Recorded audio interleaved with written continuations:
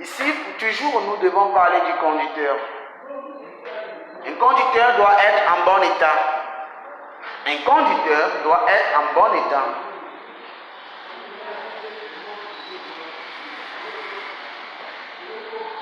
Un conducteur doit être en bon état.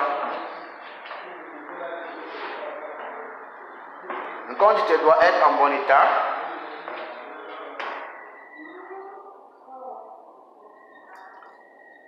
Un conducteur doit être en bon état. C'est-à-dire, déjà, lorsqu'elle doit être en bon état, entre parenthèses, on prend de la forme, on met la forme physique, morale et psychique, non? Donc ça c'est la forme physique, morale et psychique.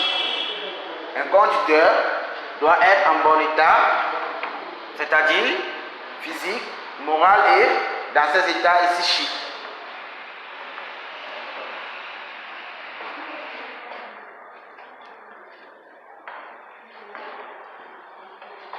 Physique, morale et psychique. Tu te rends compte que pour développer l'expression des termes comme ci-dessous, tel que on a parlé de la physique, de la forme physique, on parle de la forme morale ou de la forme psychique. Qu'est-ce qui prouve qu'un conducteur en bonne et due forme, quand il a une très bonne qualité physique? Parce qu'on regarde déjà quelqu'un qui reste tenu sur ses deux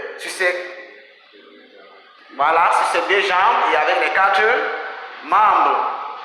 Là, on sent qu'au moins, on sent que déjà, celui-là, et qu'il est en bon, il a l'air, donc on appelle cela comme un examen sommeil. On sent que celui-là, au moins, il ne souffre de rien. Voilà. Après l'examen d'attitude. On sent au moins que celui-là ne souffre de rien, il n'est pas inapte. Il n'est pas handicapé. Il n'est pas infirme, il n'a pas perdu un côté de ses membres. Parce que lorsque tu perds un côté de tes membres, il y a d'autres fonctions qu'on va te recommander pour que tu puisses conduire. Il y a des types de véhicules. Vous ne pouvez plus conduire tous les types de véhicules. Donc ça serait maintenant les véhicules adaptés. Tu peux conduire les véhicules automatiques. Donc là, ce sont des véhicules adaptés. Les véhicules automatiques, ce sont des véhicules adaptés. C'est adapté pour les inaptes, c'est adapté pour les handicapés. C'est adapté pour... Donc il y a encore d'autres choses, il y a encore des véhicules électriques, des véhicules avec les fonctions, avec les nouvelles formes de la technologie, il y a les véhicules juste vocales, que vous demandez au véhicule de se déplacer, il se déplace. Vous avez vu, donc tout cet ensemble de véhicules, ce sont des véhicules qui juste robotiques, ce sont des véhicules qui peuvent se déplacer même sans l'aide du conducteur, mais juste par rapport à une commande vocale. Ok. Alors, sur ce point, déjà, nous étions toujours par de la forme physique. Donc, ça veut dire que vous devez avoir vos 2 membres et 4. Donc, vous devez avoir vos 4 membres.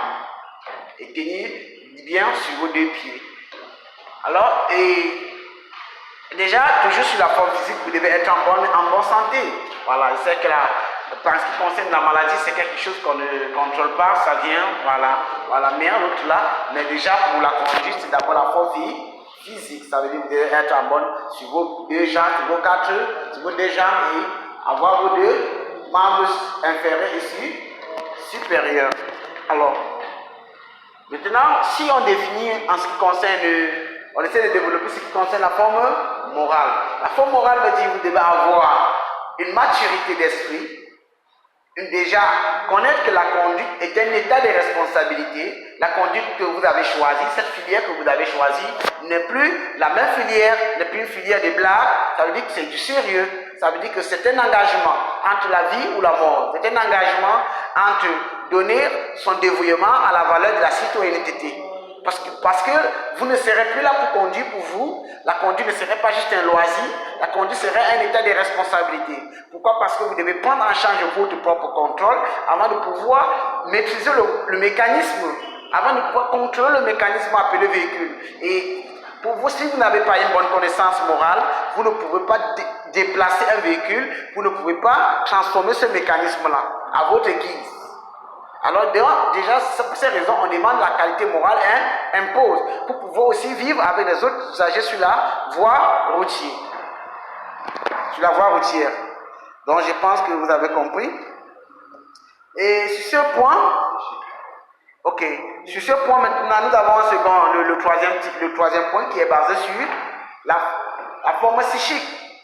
Alors, c'est pour ces raisons qu'il est très nécessaire, lorsque vous arrivez, on doit se rassurer que vous êtes quelqu'un de normal, que vous n'êtes pas quelqu'un d'inconscient, vous n'êtes pas un fou, quelqu'un de déraisonnable. Donc, vous voyez, c'est ça, ce sont ces thèmes de conduite-là. Si vous êtes quelqu'un de déraisonnable, est-ce qu'on serait capable de vous enseigner à conduire? Est-ce qu'on serait capable de vous transmettre une connaissance telle que la conduite? Et que vous serez exposé à